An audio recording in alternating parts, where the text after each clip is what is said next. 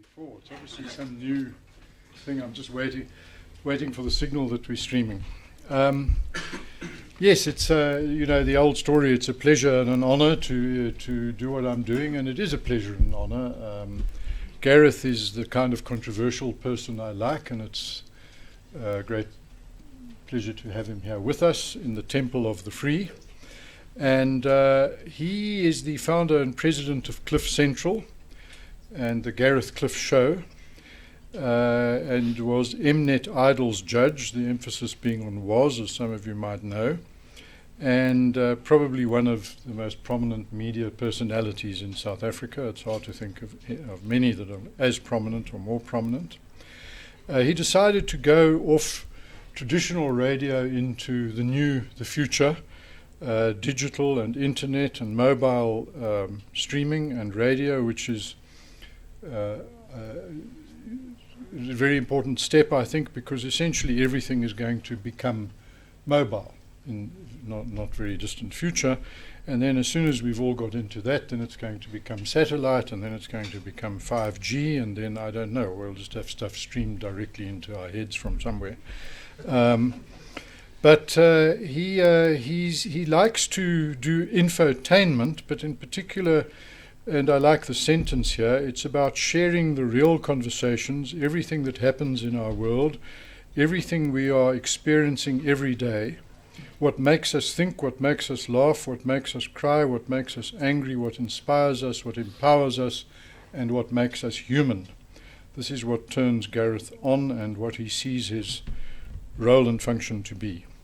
He kicked off his career at Radio Tuks in Pretoria in '98, sometime after we had, some of us with grey hair, had gone through the transition, and later graduated, he puts in quotes, to 702 Radio as a producer. And when he was there, I was briefly myself a presenter of the 9 o'clock show or something, and he was my producer briefly, and then wasn't happy with what I was doing, so I encouraged them to fire me, for which they fired him, or something like that, I don't know. But nonetheless, it was a nice little stretch where we got to know each other, and he was then already showing all the signs of being a young, uncontrollable radical. He likes and attracts attention by his irreverence and his intelligence. And that, by the way, is how he describes himself, not me, intelligent and reverent. But I think we're all happy to accept that that's correct. He replaced the legendary John Burks on the 702 Breakfast Show in 2001. He became a broadcaster at 5FM, where he remained for 10 years as the breakfast, and he was the Breakfast Show host for 7 of those. He's been the recipient of numerous awards, Best Radio and Television Personality and Presenter, regularly hosts and MCs many functions as a speaker, and is also a conference facilitator in his professional life.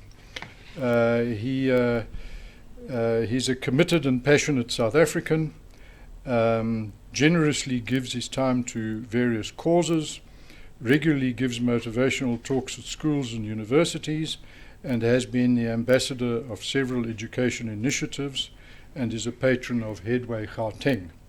Now, that's the stuff in the written text.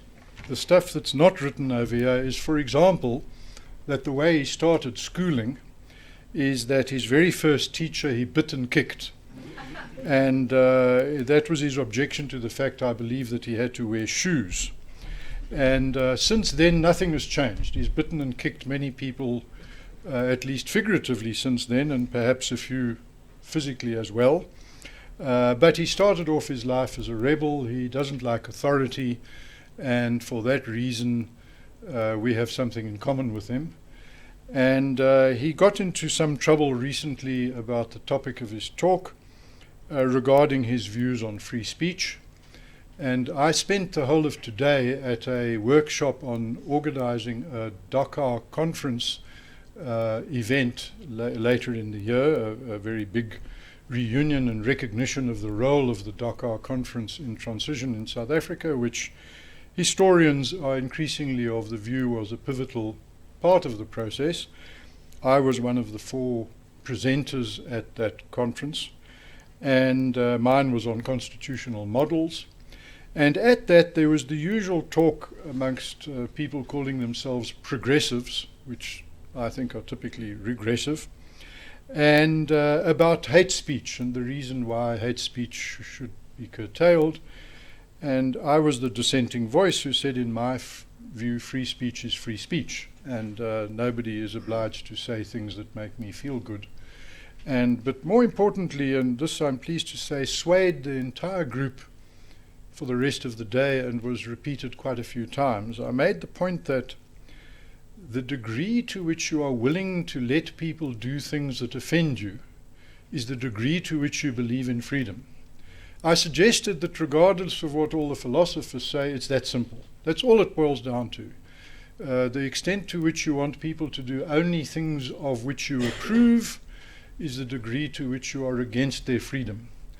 And it's quite interesting, those present hooked on that. It was repeated many times, and I have to say that when I was saying it, I was thinking of Gareth and this evening. And so we are here to, I think, be on a roller coaster ride philosophically, and he is an entertainer and an intellectual, and he will challenge us. So it is my pleasure to invite Gareth to come and present to us. Gareth.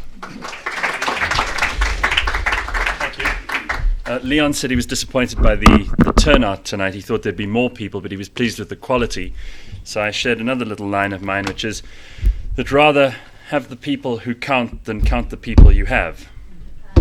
And for that reason, I'm very happy to be up here. And by the way, thanks for setting me up with such a complicated introduction. Now, if I don't deliver, everyone's going to think I'm rubbish. There are some familiar faces in this audience, and it doesn't please me as much as I thought it would. I see people like Mark, I see people like Leon, I see many other people who are probably of a kindred spirit, so I'm going to tell you things you either already know and aren't going to find very wise, helpful, or useful, or in the rare moment that I might upset one or two of you, I might prove my point a little bit later on. It's not an unreasonable assumption to make that the countries that have more freedom of speech are also the ones that it's better to live in. I think everyone agrees about that. I'd go even further to say that those are also the countries that succeed more often, politically, socially, economically. Free thought and the free expression of that thought lead to the best ideas being cultivated and strengthened, and the worst ideas being challenged and obviously replaced.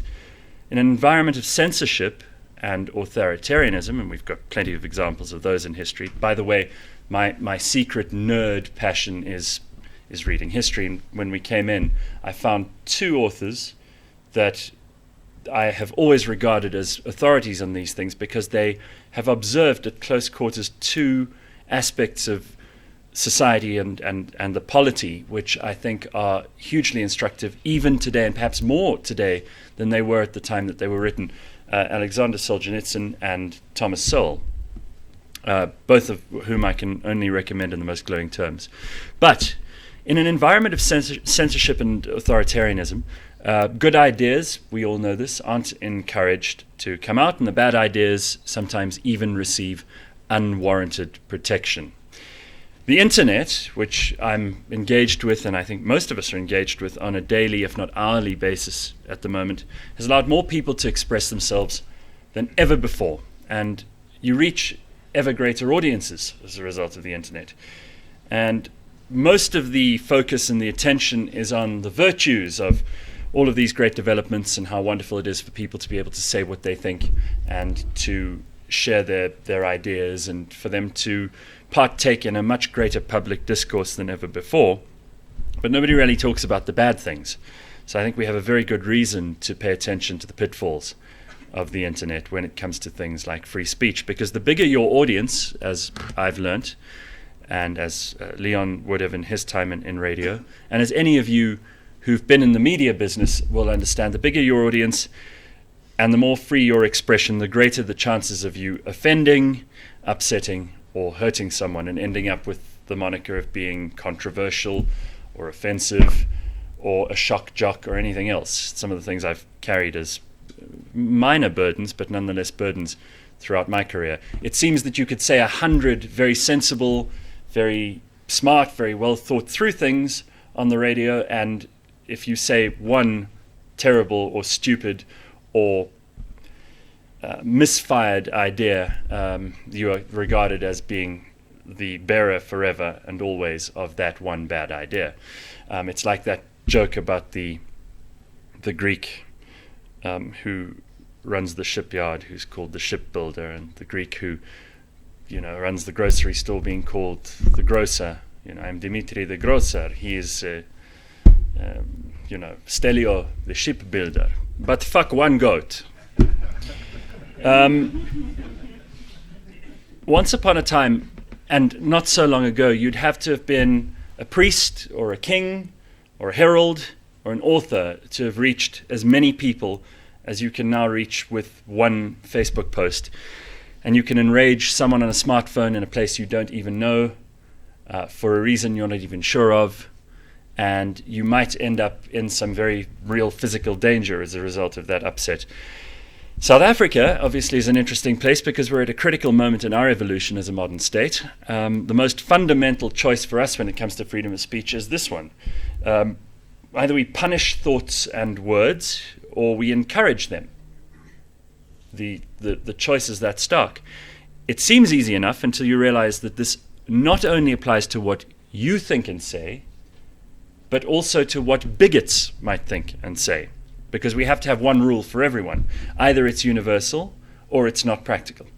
And then it will be capricious and dangerous. So it must either apply to all of us, even those who have awful ideas, or it must apply to none of us. We can't have two sets of rules. So either you're for free expression or you're for censorship and thought crime. And as I said to Leon just a moment ago, I heard Professor Jordan Peterson at the University of Toronto saying just last week, to him the choice is even more stark. It is between free speech or violence. And those are practically the only examples that he can find on that continuum. There is no grey area. And by violence, he clearly doesn't mean just violence of individual upon individual, but the violence of the state brought to bear upon those with whom it disagrees. So, considering our very divided and fractious past, and this came up in a conversation not so long ago, South Africans might be tempted to choose to protect people's feelings, particularly vulnerable people, but you have to beware in doing this, you make a rod for your own back. Because you punish people for something they say or write, that doesn't mean you'll stop them, A, from thinking it, but furthermore, you rob yourself of the right to hear that idea, which is, to me, much more egregious. In the case for censorship and the punishment of words, I think everybody loses. I'll give you a few examples of those just now. Politicians and opportunists, of which in this country there are many, sometimes they are the same thing, will use whatever they can to distract us. So they'll get us angry, and then they'll promise to stop the person who made us angry in the first place. They will wait till we're sad, and then attend the funeral and speak to us about how they feel for our loss. In an election year, they might even pay a few people on social media to manufacture outrage, which has happened, so that we'll be distracted and we'll forget about someone who faces 783 counts of fraud, corruption, and racketeering, for example. And usually we'll be dumb enough and emotional enough to fall for this. Now, if you do choose to classify thought and speech as good or bad, then somebody has to be the censor. And this is the uncomfortable part of it.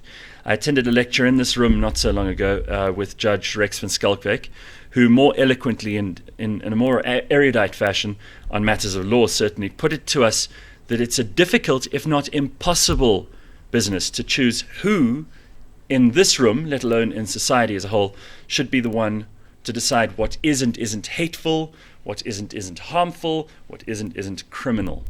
I think you're all wonderful, marvelous people, but I would be loath to point to any of you and abdicate my own responsibility in deciding what I'd like to hear or what I'd like to say.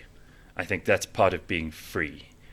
And if you really want to know if you're free or not, think about the people you're not allowed to talk about, or the things you're not allowed to say, and discover at the same time who the masters are to your slavery. I can't think of anybody that I would want to subject my thoughts to for censorship. I doubt that you know of such a person in your most honest of moments.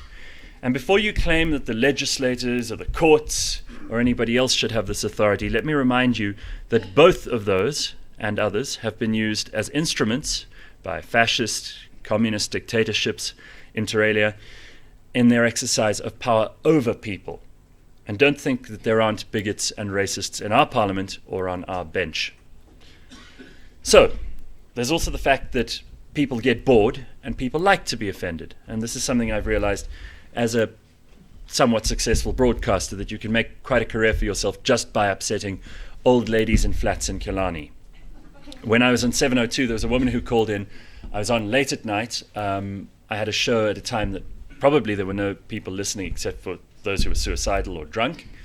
And I realized that the more outrageous I was, forgive me, but I was only 21 or 22, so it's a mere 4 or 5 years ago.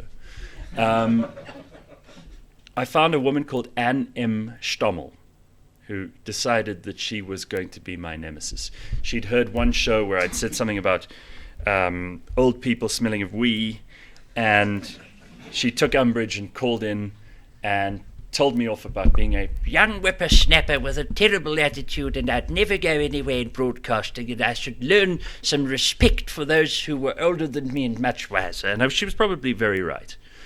But I decided to rather turn her into an object of my affection and or ridicule, and we became sworn enemies on the air. And she would call in every night and berate me, and occasionally she'd let a chuckle through, which gave me the impression that she was in on the joke, and that made me happy too, because I didn't actually enjoy upsetting her.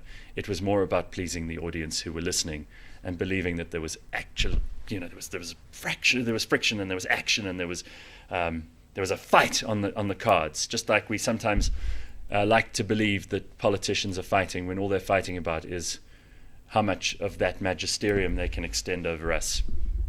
So, there are reasons that people like to get offended, I'm sure. I don't like to be the reason for those reasons, but occasionally it happens, and I welcome offense. There was a well-known story about Samuel Johnson, who wrote the first dictionary, and when he published the first ever dictionary, there was a deputation of sensible and no doubt aristocratic old ladies who decided, it's always old ladies, I'm sorry to any of the old ladies here, it's just that you're particularly up for being pilloried tonight. But they immediately rushed to Samuel Johnson's house and knocked on the door and said to him that they had read through his dictionary, and they were pleased to discover that he hadn't put in any of the dirty words, upon which he remarked that it was interesting that they had immediately searched for those words and not for any others. And of course we know from comedians, the good ones anyway, that every joke is at someone's expense. So we must expect that there is a purpose to this being offended, even though it's being used as a form of a victim mantle, if you like, for certain people in certain sectors of society today, particularly in American college campuses, where there's a victim Olympics going on. If you're not a wheelchair-bound, black, lesbian, transgender, mildly retarded person, you really aren't important at all, but you can say anything about anyone else. However, at the other end of the scale, whatever that might be, if you're an able-bodied Indian woman, you will find yourself less able to speak freely about what other people are like and whether you like them or not.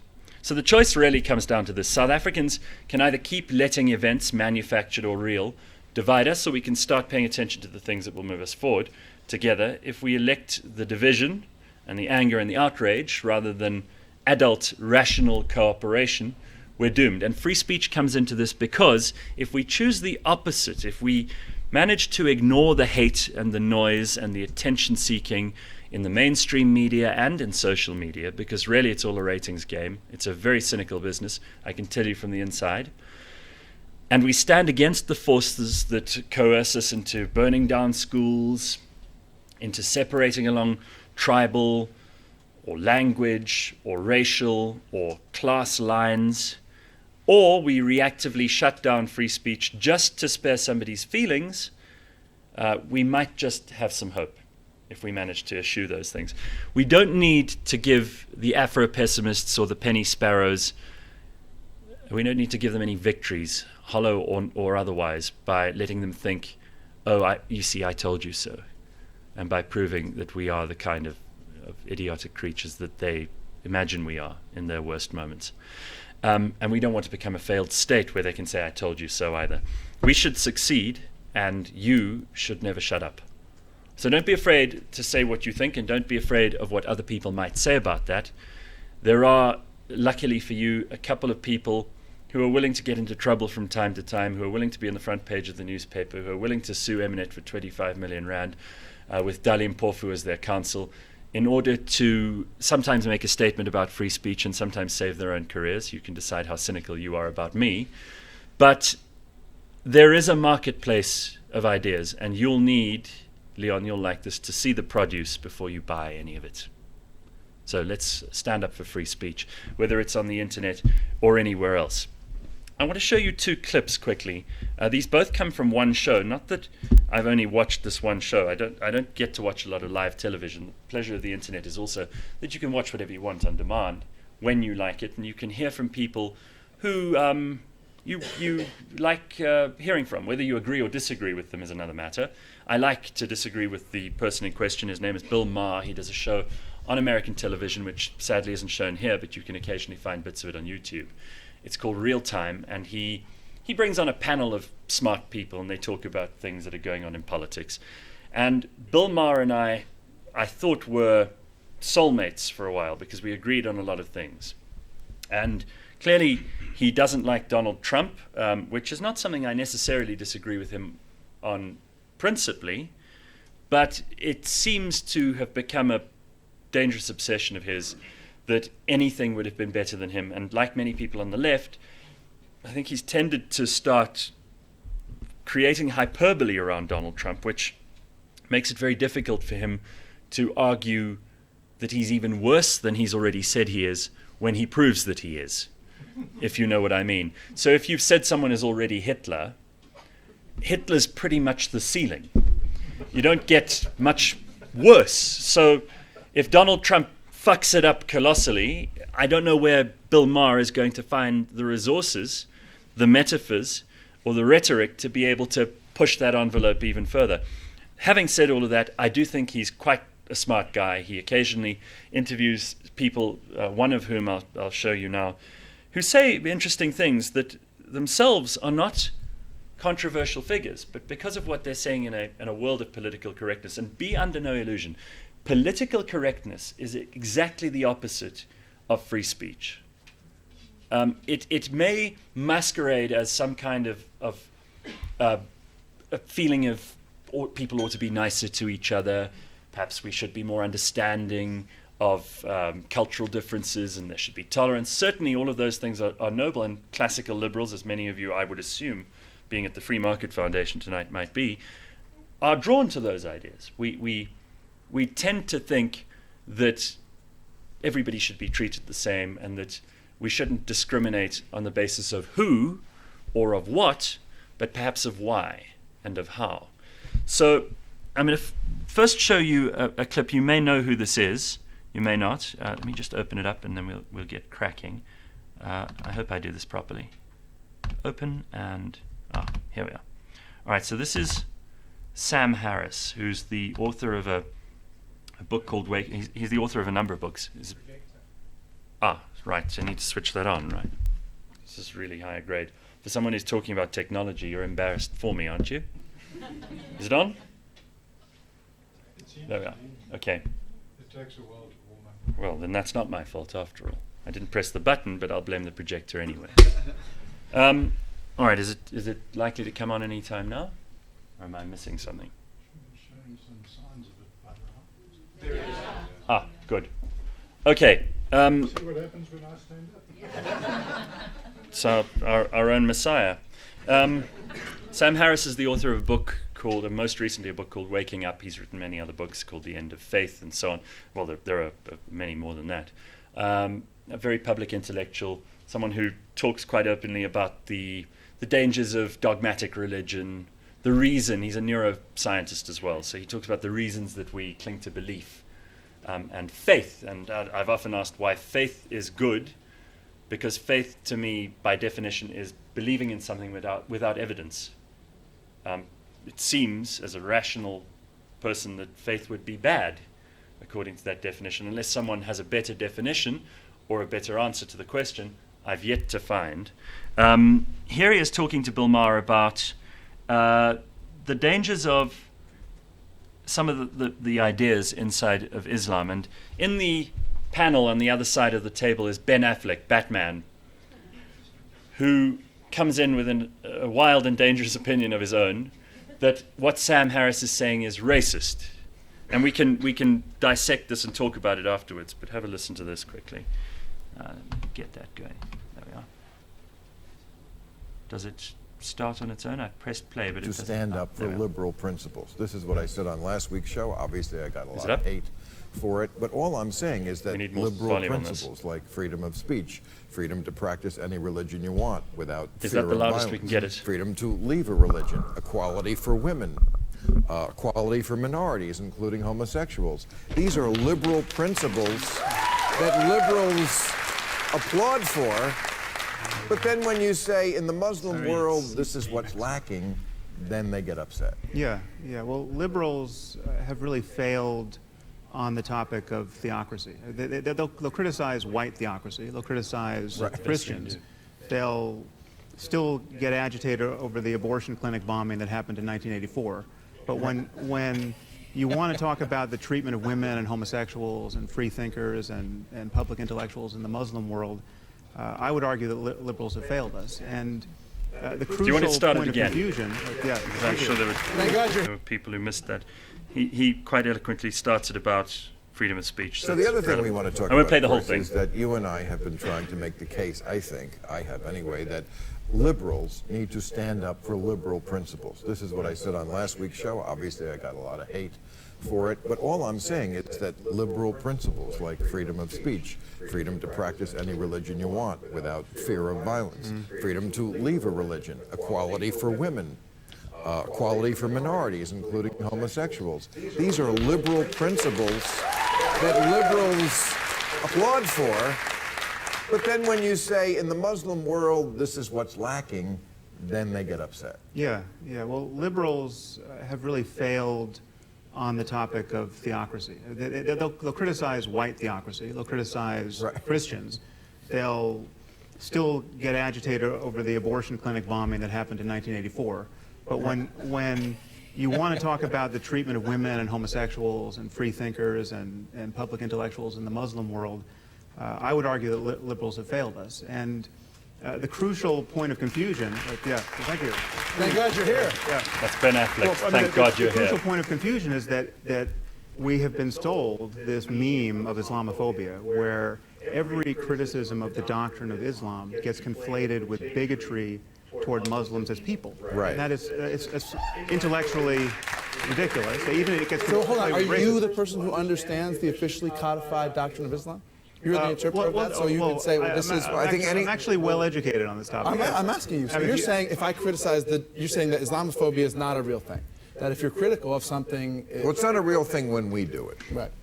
Well, no, It really isn't. I'm not denying that certain people are bigoted against Muslims as people, and that's a problem. Big of you. But But why are you so hostile about this? It's gross. It's racist. It's not. But it's so not. It's like saying those so not. You're shifty Jew. You're not listening Absolutely to not. what we are saying. You guys are saying if you want to be liberals, believe in liberal principles like freedom of speech, like we are endowed by our forefathers with an inalienable rights, like all men are created equal. Ben, we have to be able to criticize bad ideas. And Of course we do. No liberal doesn't want to okay, criticize bad but ideas. No, I mean we could break this down in any way we like, but essentially that's a Hollywood actor who's an elitist trying to virtue signal to the world, much like Meryl Streep did at the what are they called? No, it was Golden Globes or something much less important than the Oscars. But the Oscars, they can't glaringly they can't even give the right envelope to the right movie. These are people who live in a cocoon, and they want to show the world what good people they are. That's what Hollywood actors, it's especially important for them to do this commercially, but it's also important for them to do it because they pretend for a living. So these are not people, and he may be smart, and I would imagine he's not an unintelligent chap, but his motivation for arguing that Islam shouldn't be criticized is that he wants to seem like a good person. It's a very selfish move to make. And his use of the word that's, in this case, racist, when Harris and Ma criticize some fundamental issues about, things that are going on in the Muslim world which need to be criticized. It's a religion that's burgeoning, it's desperate for its reformation. And for him to then use the racist epithet is an illustration which many people in this country, black and white, have found themselves at the receiving end of. The moment they have an argument, which is not emotional, which is rational, and which comes, usually in the form of a Ben Affleck type comment, from someone on the left, hardly ever from people on the right. It used to be the people on the right we had to worry about. Do you remember? They used to burn books, they used to have church meetings, they used to tell us we couldn't, and thou shalt not, and thou shalt not. And these were the people who regimented and regulated and controlled society on the right. Now, the greatest danger to free speech comes from within and from people on the left, the people who would have been the heirs to classical liberalism. And it's people like that that we must be most careful of, because when you say that, and I'm proud of Harris and Ma for fighting him on this, it usually kills the argument. It usually destroys so heavily and so heavy-handedly the reputation of someone who has an important and intelligent often, or at least reasonable point to make, because they're so reduced by the epithet of racist that they usually stumble a couple of times and find themselves incapable of mounting a successful argument afterwards. It's that debilitating, is my point. And it is the opposite of allowing free speech. In that moment, we see such hypocrisy that you can go and take a look at the rest of the clip. It doesn't really get resolved in any meaningful way, because what ended up happening afterwards is that Ben Affleck, using an audience of people who thought that he was standing up for them, continued to attack Harris, but as a person and as a racist or as an Islamophobe, rather than as someone who had something important to say about a quite pernicious and dangerous ideology. That is not free speech at work, what he's doing. What Harris is. And it's counterintuitive to many of us because it comes from our supposed friends, not from our enemies. So that was the one thing I wanted to show you, and I hope that that was useful or interesting. But the other one is a much more recent clip from the same show. It involves Piers Morgan and Jim Jeffries. I will apologize beforehand for quite a lot of swearing. Many of you may have seen this already. But it is instructive in the way that it shows up the hypocrisy of the left. Have a look at this quickly. Can I ask this one last question? The people who said during the campaign that Hillary Clinton was the lesser of two evils, could we get the apology right now? Yeah. Why? Why? What? As if, are you serious? I'm serious, yeah. Like Hillary Clinton would have a cabinet with Betsy DeVos and fucking Rick Perry? She wouldn't have a Muslim ban. They wouldn't have a Muslim ban. They wouldn't be feuding with everybody in the world. They wouldn't be doing this shit with Russia. Are you crazy? Calm down, Bill. There is no Muslim ban. If there was, 80. Fuck off. Sorry, why don't we Fuck off? Okay. It's a fucking Muslim ban. Okay. He said there was a Muslim This ban. is the point. It's a Muslim This isn't ban. talk about the hysteria. I'm talking about 85% of the world's Muslims are allowed into This the is what you country. do, Pierce. You say, he hasn't done this, he hasn't done that, he's not going to do all these things. Give him a fucking chance, mate. And You know what I mean? Why not? Hitler didn't kill the Jews on the first day. He worked up to it. Hey. See, I have to stop you all. that is the exact ridiculous, hysterical, Not over-the-top nonsense If that people is, got I'm afraid, hysterical in making Germany people like you right away, ridiculous. then it wouldn't have killed He's you. not the new Hitler. You just like that you won The Apprentice and you have a famous friend, mate. That's all you fucking like. Can I say one thing? I know That's all you like. That's all you You're like. losing your audience. He I'm was not right, losing my because you're audience. sounding Anyway, he was, and for the first time in my life, I found myself on the side of Piers Morgan, which either proves that I'm open-minded or that Piers Morgan's getting better. What bothered me about this, and maybe it's the reason that many of you laughed, is that Jim Jeffries, I'm sorry I keep stopping the target of my ire in such an awkward facial expression moment. I did the same with Ben Affleck just now. It looks like they're having strokes. Jim Jeffries makes a living out of telling the most off-color, insensitive, outrageous, and offensive jokes known to man. He has said things like, sometimes it really feels a lot better to rape than to have sex. Things that really should offend people. If they were outside of comedy, they would. But he's allowed to get away with that. So he's a beneficiary of the free speech values that many of us would consider necessary for that kind of ribald comedy. Some people don't like it. A lot of people do. He's very successful. But for him to have the only possible reply to a very valid point being made by Piers Morgan about the hysteria of, you saw those marches on the day after Trump was inaugurated. The day after. You saw women marching for rights they had not yet lost. When there are women all over the world who have real reasons to fear going home at night or leaving home in the morning. When there are things like female genital mutilation happening, and we've got women in Washington, D.C. wearing pussy hats and listening to Madonna. It strikes me as strange that Piers Morgan's very reasonable statement here is considered to be countered by a fuck you rather than a rational or serious discussion. And even Bill Maher, I think, at that point you can see is kind of, okay, I know where this is going and it's not going to end well for me and my side. He was trying to take it down the road of Hillary would have been better on any count, and it had very quickly moved on to Donald is the devil, and if you don't think that, you must be a racist and a bigot. So these are the things that expose the kind of hypocrisy that kills free speech, when it comes from people who probably mean well, but are not doing the idea of free expression any service whatsoever. And we encounter these all the time. The reason I got into so much trouble last year was because the Penny Sparrow thing broke out. Someone put up a poll because Musi Maimane had said that there are certain kinds of speech we should think about criminalizing. Musi Maimane, supposedly someone on the side of free speech, right? This didn't come from a reactionary or a radical. This is a centrist, we would think. He says, no, certain kinds of speech should be outlawed, and perhaps we should look into that. So I thought, well, Musi Maimane is definitely not as smart as I thought he was. And someone else puts up a poll in response to Musi's comments and says, should certain kinds of speech be criminalized? The response to that is overwhelmingly yes, 73%. So I tweet that with the poll results and I say, people really don't understand freedom of speech.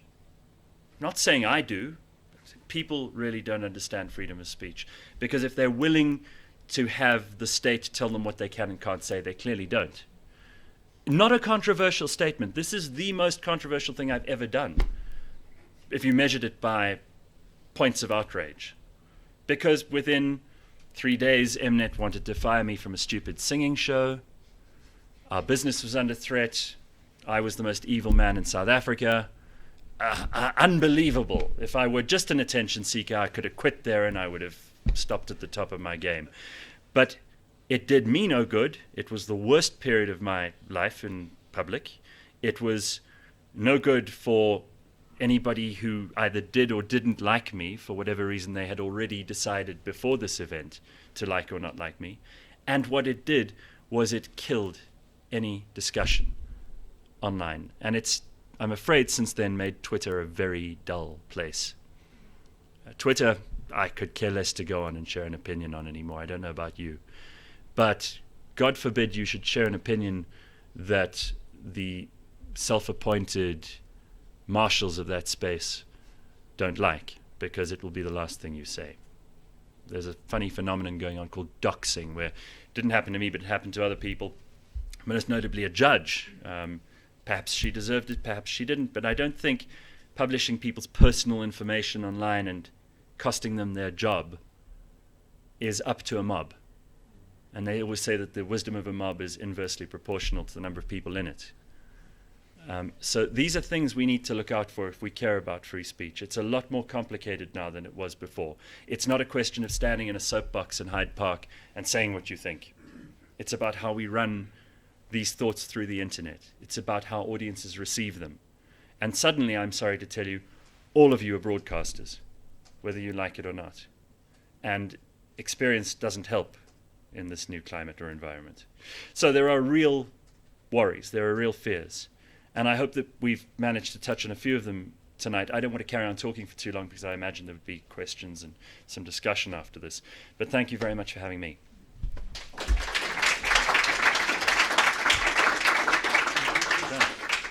Will you take questions? Sure, absolutely. Okay, I'm going to let you manage it. Yes, sir. Hi, Duncan McLeod. Hi, Duncan. How are you? Good, good. How are you doing? Good. I wanted to ask your views on Donald Trump's attacks on the media, the fake news, the failing New York Times, the Clinton News Network. And BuzzFeed, that stinking pile of failing garbage. Yeah. I mean, he's clearly... Terrible publication. He's clearly exercising his own free speech rights.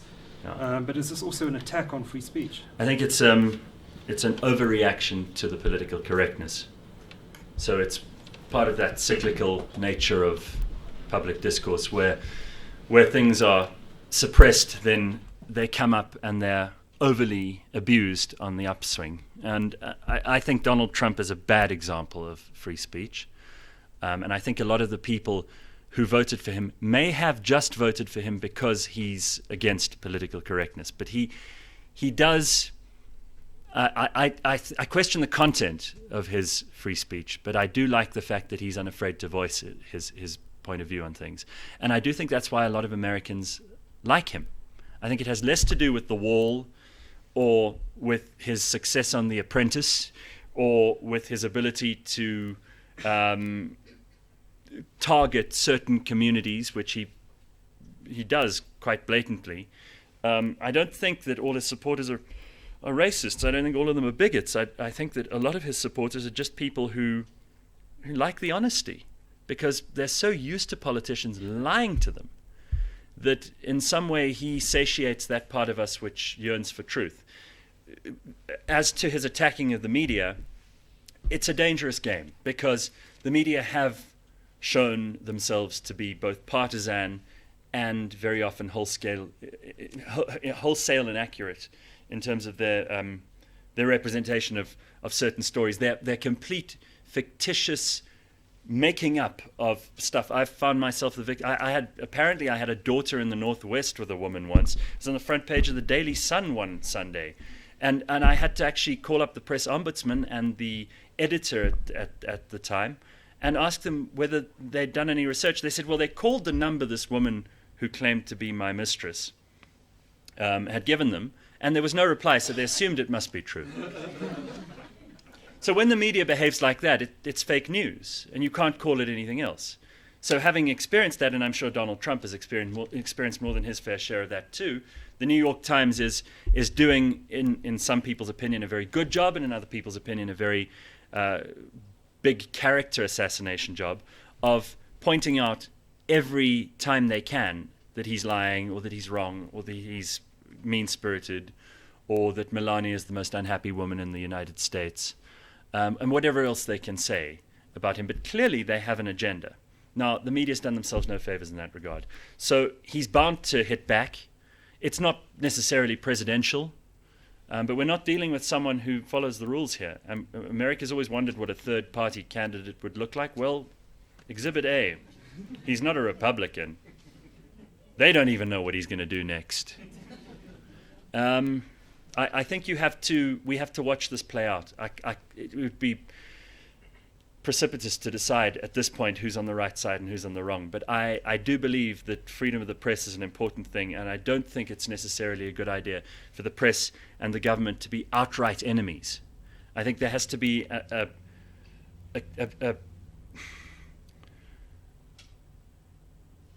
an unhappy respect between them, or at least a suspicious or a skeptical relationship, but at least one that is respectful.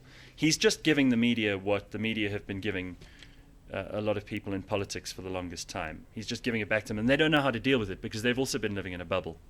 And they've, for the longest time, believed that everyone believed them. And we don't. And many of the mainstream media businesses in this country are failing as a result. You could turn on ANN 7 or read The New Age, and you will read about a totally different South Africa to the one that you know in reality is working around you, or not working, as the case may be. So you see my point. I hope I've answered that adequately. Very long-winded, I apologize. Yeah, Mark, go ahead. So I think you made it clear that you're wary of any restrictions on the content of speech. But at the same time, you said that there are certain kinds of speech that shut speech down. So calling someone a racist or a bigot, or shouting at them until they stop saying what they're saying, isn't good for the cause of free speech. And I think, in-person interactions, it's much easier to have some sense of openness with the person that you're speaking to. But online, it gets even harder when you've got restricted language. When you've only got 140 characters, people tend to be quite blunt. But what I'm wondering is, are there certain etiquette rules that could be formulated that you think would enhance free speech online? Speaking of etiquette rules. Oh, thanks for that. Is that the Nokia 3310 they're bringing back? How lovely. No, again, it's a question of taste. You can't legislate taste. So people must just stop being morons. And it's not difficult to listen as much as you want to talk. I've had to learn to do that. I wasn't very good at it when I started in radio. That's why I was bad at it then. And now, since we're all broadcasters, according to what I said earlier, we should learn to listen as much as we talk, or even more if possible. And an uninformed opinion and willful ignorance are two areas you're just digging a hole for yourself in. I think we can't tell people how you should and shouldn't use these. All we can do is show them examples of how badly it's gone for people before them. And perhaps, just like there are people who have been outed for being secret racists and people who've been outed for being homophobes or being mean about fat people or anything else, there will come a time where those people who are wrong about throwing a word, you see, if you keep calling everyone a racist, eventually it doesn't matter anymore. And this worries me more than matters of taste or making me timid when it comes to free speech. Racism is a very serious thing. It's a very big problem. It's not as big a problem in this country as everybody thinks it is, because it carries with it an enormous emotional weight. But according to all the research that's been done by the Institute for Race Relations and the rest of them, they've found that most South Africans are more concerned about water and electricity and service delivery and education and these things. So it's been utilized as a buzzword and as a calling card by opportunists, but it's actually a problem. And we need to know what the parameters are for the use of things like this so that we can use the best word to describe them when we attack those ideas as being bad. If we are going to throw racist around willy-nilly, we water it down to the extent where when everyone is a racist, racism doesn't matter anymore, and that worries me enormously. Or any other kind of bigotry. Essentially bigotry, if you look up the word, leftists don't like to check the meaning of words very often because they make up their own. Like Bruce Jenner, like Caitlyn Jenner, that's a made-up word. Like Islamophobia is a made-up word. What was the best one I heard the other day? Mansplaining. These are made-up words. They don't exist in any real dictionary. And if they do, they're very recent additions and still need to stand the test of time, like Samuel Johnson's dictionary's words did. But if you're going to use those terms, you need to know the definition of them. The definition of bigot is someone who doesn't like your opinion and doesn't want you to voice it, essentially, and doesn't agree with you on things and doesn't like you for being you. These are the tenets of any free speaker, right? Is that okay? You're the lawyer. You're not going to use that in any case coming up, I should lose. Any others? Yes, sir. With the benefit of hindsight, would you still defend Penny Sparrow's right to free speech? No, because I had a tiny baby of a business that was a year old, and we had pitifully commercial clients, big banks, big corporates who cancelled their advertising deals with us because they didn't want to be associated with anyone who was controversial. And you know what? I've got to make a living. The Free Market Foundation would understand that. I'm a capitalist.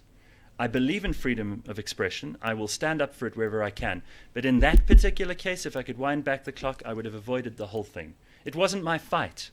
I was drawn in, and because I was a bigger fish than Penny Sparrow, a lot of the heat came my way. Because who knows who she is? Has anyone here met her? Anyone been to the South Coast, tried to buy a house from her? No. So she wasn't much of a catch, and there are lots of idiots like her in the world. And the fact that she had such an effect on our social discourse last year is outrageous. Someone like that shouldn't be important, especially if they've got opinions like that. So you felt a bit like a monkey then? I was absolutely a monkey, and she was the organ grinder.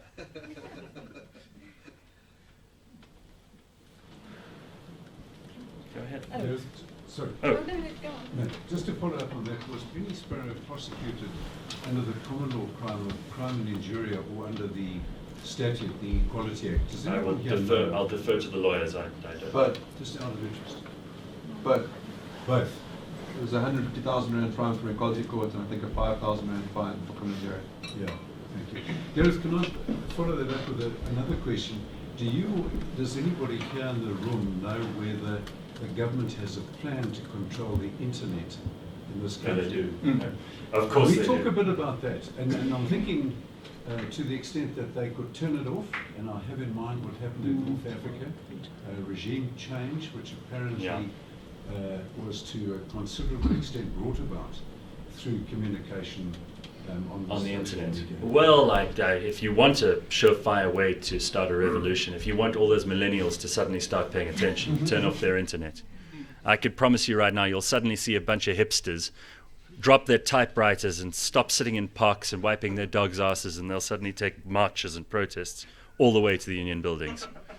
The genie's out of the bottle, I think. It's going to be very difficult for them to squeeze it back in. If they do, by the time they try something like that, they will have run out of other options. And Leon knows what their plans are. I know he's been paying very careful attention. But the things like the hate speech bill are all steps towards tyranny. And this is why we need to be vigilant. The fight for freedom of speech is never over. I always tell people, freedom was never achieved and now you can bank it. Whether it's freedom of speech or any of the other rights that we have in our human rights bill, because authority in the form of government, and you said I was a rebel earlier, but I'm very skeptical about the intentions of authoritarians. And lots of people like to give up their responsibilities to the state and let the state look after them. It sounds inviting, it sounds caring. You know, we'll take care of your health, we'll take care of your education, we'll give you a social grant on the 1st of April, which they might not do. When you abdicate those responsibilities, which ought to be the responsibilities of every good adult citizen, or else you shouldn't have reached adulthood in the wild, when you give those up to the state, you're going to get what's coming to you. You want to talk about that quickly? I don't know much about it, but I think it's worth making this comment, at least in response. And there is someone in the room who's a lot more knowledgeable than me, but says he hasn't really looked thoroughly at this aspect. But in the white paper on ICT, there's a proposal to have economic regulation and content regulation, and my understanding is if it goes ahead as proposed, it will be possible to regulate. It has the power to regulate the internet. But that's, I think... I have a practical example of why it won't work. I think it won't. I think it might not happen, but that is currently a debate. Well, do you remember the signal jamming in Parliament? I mean, that was just a group of people in the public gallery and a massive amount of public outrage. But you saw very clearly there and then who won. We did. And I think it gave them a bloody nose, those people who want to stop that kind of transfer of information or communication. So I would, without being glib or facile about it, I would say that there's probably going to be another attempt or 7. Certainly in the death throes of this current regime, as it becomes more desperate, they'll try wherever they can to shut down dissent. We've just got to be willing to pick up the pitchforks and the torches and even in a figurative sense, take them on. Anything else? Do we have more time, or are we out? Are we okay? I just wanted to raise this thing on the internet. One of the problems with it is that people often think they're having private conversations, because they're talking to friends or things like that. And I think we get into an area now where they want to censor people's private thoughts, and I think that's really dangerous because in private we should be allowed to have the freedom to think anything we like, because that's the only area where we can evaluate our feelings, emotions, what we think, and come out in public with a more rational person, And so when that happened to, you remember the judge who made the comment about, well, maybe it's their culture. I mean, she's a judge who's been dealing with rape cases, non-stop, in a private conversation. You can. I would have forgiven her for making. It's not. I agree with the comment. We should be even more concerned about the person who took that screenshot and decided to make it an certainly. issue. But the thing is, what's her name? I can't. Skeepers or something. Yes. But the point is like people are now sort of saying, if you think that, then you are. If you think a bad thought, then you are a bad person. And I kind of think no, because I do think. Philosophically, we make a distinction between our public and our private selves, and I think it's an important distinction to maintain. And we might sometimes all of us have prejudices, and we should be allowed to have them privately. It's just that in public we understand. We have a more rational persona publicly, and I think it's an important distinction and division that we have to maintain. The late Christopher Hitchens used to say that the idea of thought crime, which is what you're talking about here, is the essence of sadomasochism. It is that clearly I don't need to explain it to all of you, but effectively, to my mind, there isn't a better definition for that kind of thought policing, and I think that it is always entailed in the interests of a totalitarian. And totalitarianism is everyone's enemy, just by virtue of the fact that it is demonstrably a failure in practice. And it is demonstrably the most evil form of administration that's ever been enacted upon human beings. So, again, unless you want to live in a perpetual North Korea, where you can be punished before you've even said something, just by merely thinking it, which I think would be unconscionable, and there would be no freedom in such a world, then there's absolutely no way you could support that kind of idea. For some people, you see, the worst part of all of this to me is that we can't change some people's opinions. Some people are open to new ideas or to better ideas. That's perhaps the definition of being intelligent, that you're willing to change an idea if you hear a better one. Scientific process would account for some of that. Peer review, that if someone can prove you wrong, then your theory might stand. But if everybody agrees with you all the time, we have no idea of whether your theory has any veracity or not. What bothers me is that some people believe that just by victimizing someone, or by outing them, or by showing everyone else, without having a care in the world for what they actually think, how awful they are compared to you, that you're going to bring about positive change. Nothing has changed since Penny Sparrow. She hasn't changed. She's probably still as stupid as she was then. The people who were outraged by her, furious with anger, storming her house and threatening to rape her daughter and other such awful things, those people have all gone quiet. I had to doubt they've even thought of her in the last 6 months. What has happened? Nothing. Outrage very seldom, that kind of online offense, very seldom has a real world outcome. So we shouldn't always take it as seriously as they say we should. Yes. I think you're absolutely right with regards to Twitter. Executives are actually being instructed, not just advised, but instructed. No politics, no race, and no environment in terms of commenting. So what do you talk about there? Do you post kitten videos? Well, have you seen Twitter lately? Yeah, But anyway, posting sorry, you videos. said you hadn't. Okay. No, it's just an observation. But it's okay. That's by the been way, applied. That's okay. But pretty much everyone is allowed to say how awful Donald Trump is. Sorry, but anyway, that's just an observation. Which, by the way, postmodernists shouldn't do, because they shouldn't have a value system. So they can't say Donald Trump's awful, because that means they're ascribing value to him or to the system of which he's a part. You're not a good postmodernist if you do that. Choose your battles, choose your philosophy. If you don't have a good philosophy, be prepared to have it broken down. But my question is, there is this new concept of the echo chamber. So what they're saying is that, in fact, all the free speech or any speech is just going to a dedicated audience that's getting narrower and narrower, and you're just reflecting everything back at each other. So I was just wondering how one could break, if you can't be controversial, how do you actually break down the barriers to even break up those bands of information? You have to sit at the table with the adults rather than sit at the children's table. And I would... It's a rhetorical question. But I will explain, because it gives me a pause for thought, and I did say it was on the agenda to plug what we're doing at the moment with cliffcentral.com.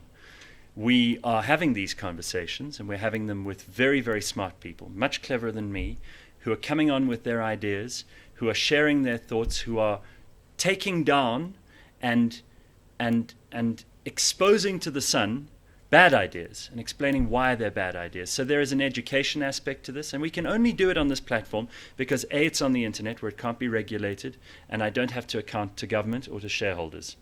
I account to my audience. We've had Mark on, we've had Leon on. I'm sure that there are other people in this room who from time to time, Duncan, you've been on before.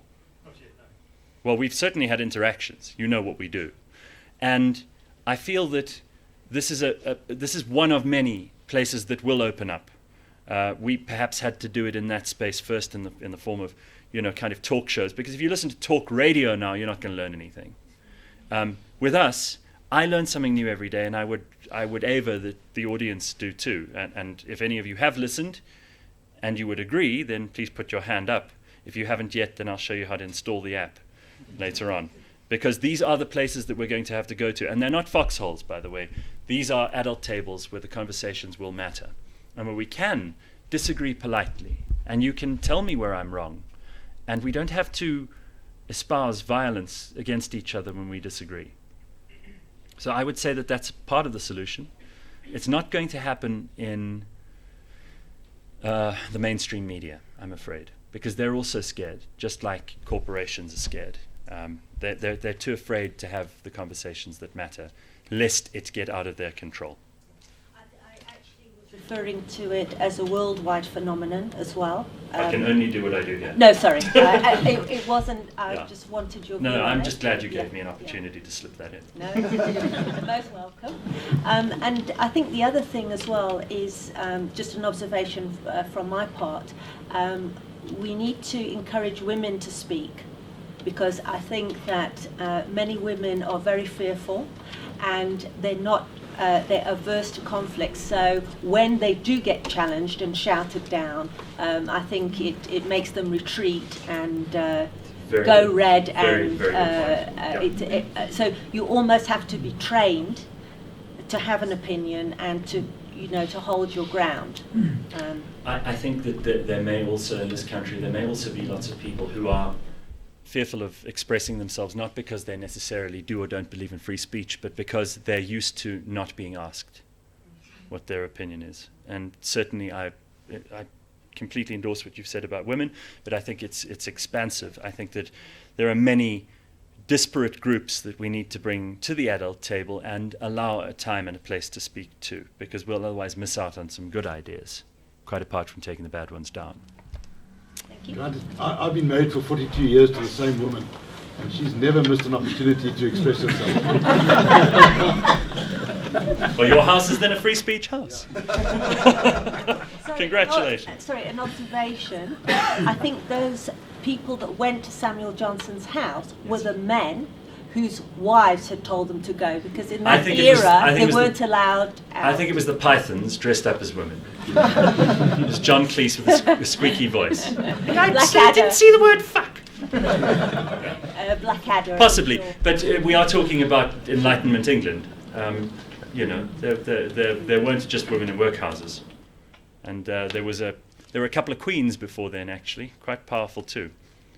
Exceptions to the rule, obviously, but nonetheless exceptions that sometimes make the rule. And I didn't make that story up. Samuel Johnson told it. So then the whole dictionary might be a lie too. So no more questions? Right. Thank you. Thank him in the appropriate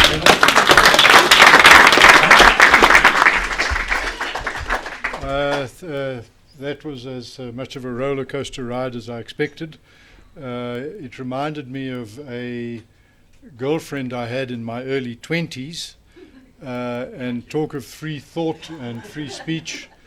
I remember once hearing about the elders of Zion and Jewish conspiracy theories and the Bilderbergers and so on, and I just asked her what she thought. I realized I didn't know anything about it. She's a well-known name. If I named her, you'd know who she is, a prominent journalist. And she was so outraged that I should raise the question. I was considered anti-Semitic and hating Jews, and I had a Jewish girlfriend, and I remember just this feeling of, goodness me, what did I do? I was just wanting to ask a Jewish person about these Jewish theories. I thought it was the best place to start, and I learned it's the very last thing you must do. So sometimes one can get into trouble quite innocently, and I believe that's what you did. Yeah. So if we can say yes, I think there is, to me, free speech is one of those non-negotiables, and you can't have any other kind of freedom, it seems, without free speech, because then the other freedoms can't be defended. I do have some difficulties with the types of speech that almost everybody thinks should be unlawful, and I'm surprised at how comfortably people hold those views. For example, defamation. It just assumed that there should be a law that stops you saying I'm a dirty, rotten sod, or I'm a pedophile, or I practice bestiality, or whatever it might be.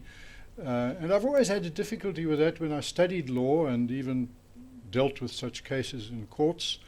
I always felt it odd. Why is this one area of free speech that just almost everyone assumes is legitimately curtailed and banned and even criminalized, as with Penny Sparrow, Cream and Injuria? And I thought it's interesting that what you say to someone else, somehow I have a right to intercede and control it through the courts. It seemed to me odd. And then there are many other forms of free speech, sedition, for example. If you practice sedition and you succeed afterwards, then it's considered being in favor of liberation. If you fail, you go to jail and could be executed. And so I've had some difficulty with the fact that we will probably all in this room, or almost all, say we're for free speech.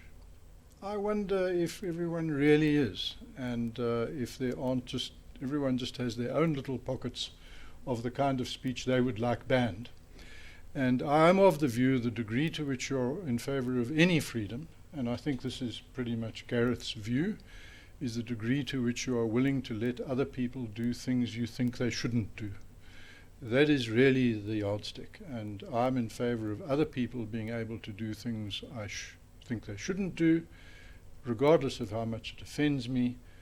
But then the difficulty is, if you can harm me with your words, why not harm me with your fist? So it is a complex question, one of those that the more I know about it, the less I think I know, and that's why I personally enjoy listening to Gareth, listening to Mark, Duncan and others, interrogating these questions. I'm inclined to say I'm for freedom, and I mean freedom, the whole lot of it, although I do understand that it's sometimes very difficult to accept and defend freedom without saying you draw the line somewhere. And I would like to think that we don't have to draw the line anywhere, but it's a very difficult position to argue, and I think Gareth has done a good job, for which many thanks, Gareth, Mark and others in this room, advocates of freedom of expression, freedom of communication, speech, and we in the Foundation, of course, for all the other freedoms as well. Thank you for your presence, and thank you again to Gareth.